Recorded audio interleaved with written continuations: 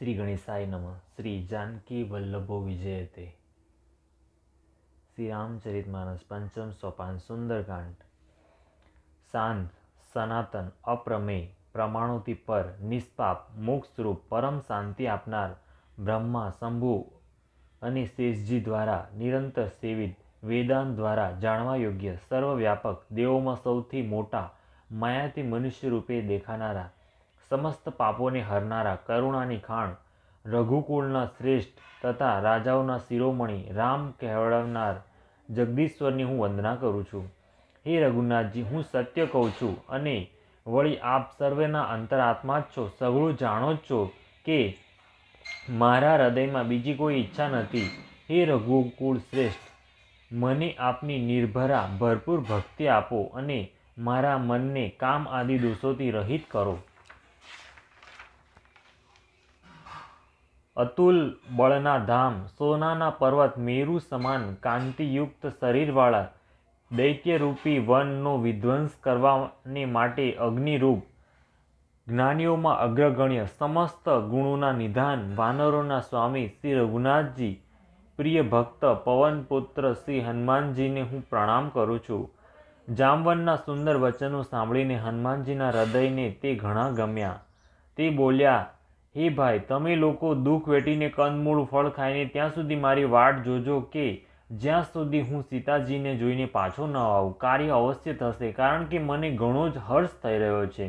આમ કહીને અને સર્વેને શીશ નવાવીને તથા હૃદયમાં શ્રી રઘુનાથજીને ધારણ કરીને હનુમાનજી હરખાઈને ચાલ્યા. સમુદ્ર તટે એક સુંદર પર્વત હતો. હનુમાનજી રમતમાં જ અનાયાસે જ કૂદીને તેની પર જઈ ચડ્યા અને વારંવાર શ્રી રઘુવીરનું સ્મરણ કરીને અત્યંત બળવાન હનુમાનજી તેના પરથી મોટા વેગથી કૂદ્યા, ઉછળ્યા.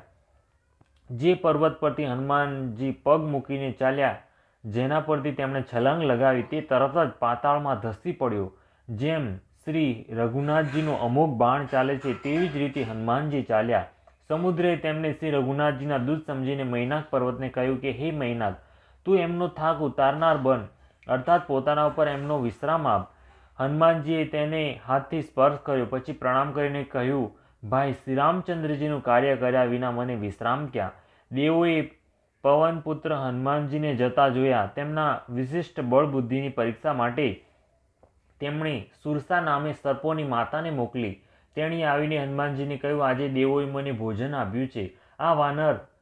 આ વચન સાંભળીને પવનકુમાર હનુમાનજીએ કહ્યું, શ્રીરામજીનું કાર્ય કરીને હું પાછો વળું અને સીતાજીના ખબર પ્રભુને સંભળાવી દઉં. પછી હું આવીને તમારા મુખમાં પેસી જઈશ.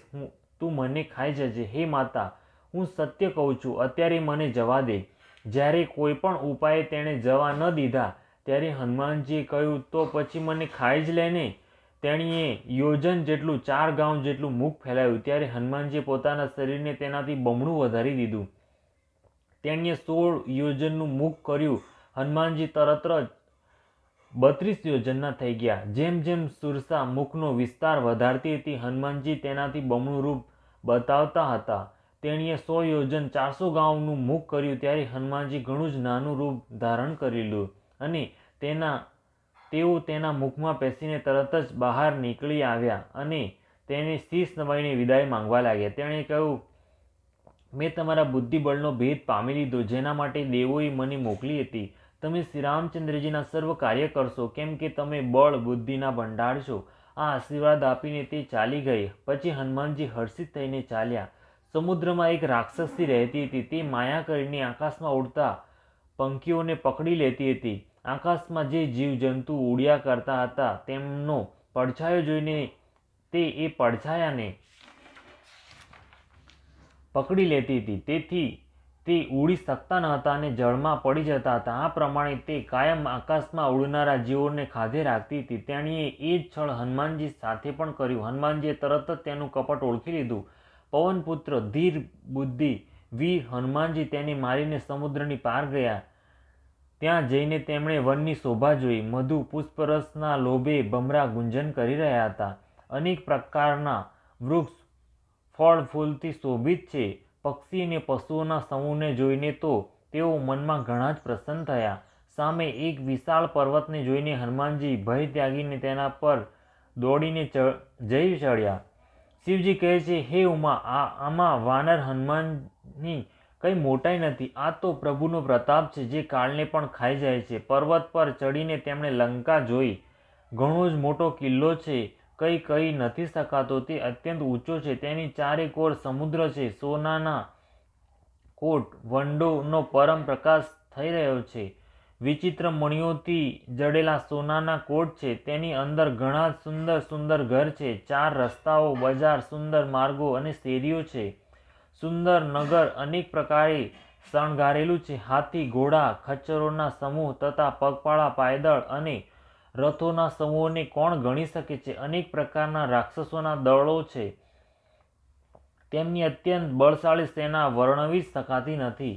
વન, બાગ, ઉપવન, ફૂલવાડી, તળાવ, કુવા અને વાવડીઓ સુશોભિત છે. મનુષ્ય, નાગ, દેવો અને ગંધર્વોની કન્યાઓ પોતાના સૌંદર્યથી મુનિઓનાય મનોને મોહી છે. ક્યાંક પર્વત સમાન વિશાળ શરીરવાળા ઘણા જ બળવાન મલ્લ પહેલવાન ગરજી રહ્યા છે. તેઓ અનેક અખાડાઓમાં અનેક પ્રકારે ભીડાય છે અને એકબીજાને લલકારે છે.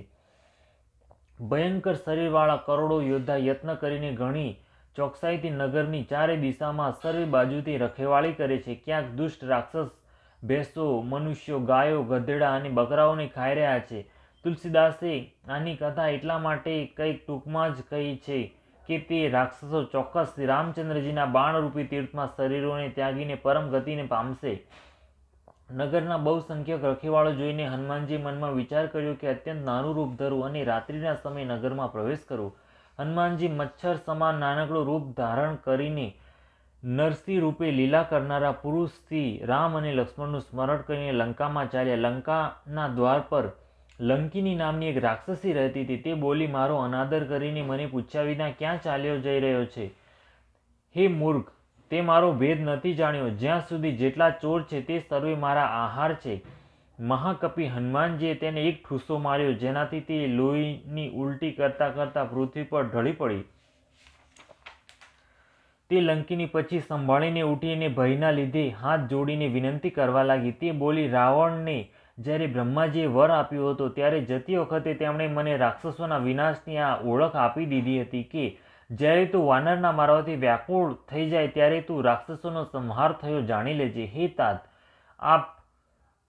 હે તાત, મારા અત્યંત મોટા પુણ્ય છે કે હું શ્રી રામચંદ્રજીના દૂત આપને નેત્રોથી જોવા પામી. હે તાત, સ્વર્ગ અને મોક્ષના સર્વે સુખોને ત્રાજવાના એક પલ્લામાં મૂકવામાં આવે તો પણ તે સર્વે મળીને બીજા પલ્લામાં રાખેલા તે સુખોની બરાબર નથી થઈ શકતા, જે લવ માત્ર ક્ષણ માત્રના સત્સંગથી થાય છે.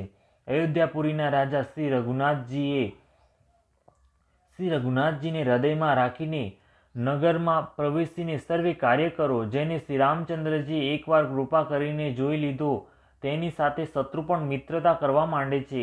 એની માટે વિષ અમૃત થઈ જાય છે, સમુદ્ર ગાયની ખરી જેટલો થઈ જાય છે, અગ્નિમાં શીતળતા આવી જાય છે અને હે ગરુડજી, સુમેરુ પર્વત એની માટે રથ સમાન થઈ જાય છે. પછી હનુમાનજીએ ઘણું જ નાનું રૂપ ધારણ કર્યું અને ભગવાનનું સ્મરણ કરીને નગરમાં પ્રવેશ કર્યો.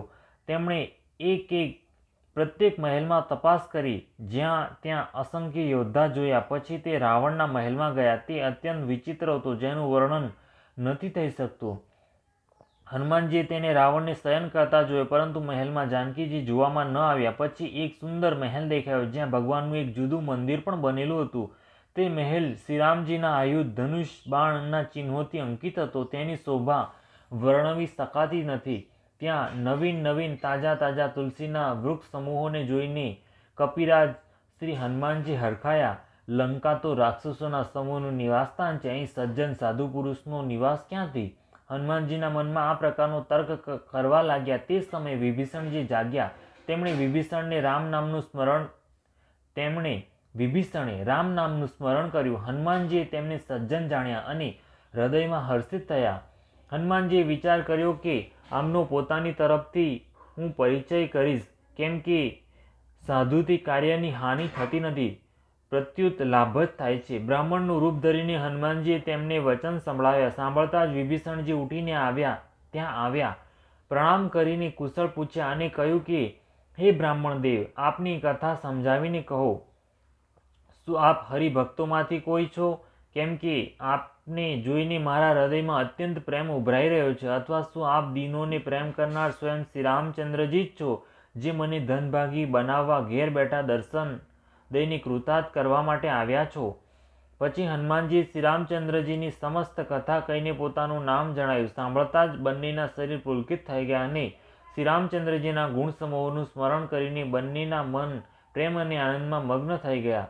વિભીષણજીએ કહ્યું, હે પવનપુત્ર, મારી રહેણી સાંભળો. હું અહીં એમ રહું છું જેમ દાંતોની વચ્ચે બિચારી જીભ. હે તાત, મને અનાથ જાણીને સૂર્યકુળના નાથ શ્રી રામચંદ્રજી શું મારા પર ક્યારેય કૃપા કરશે?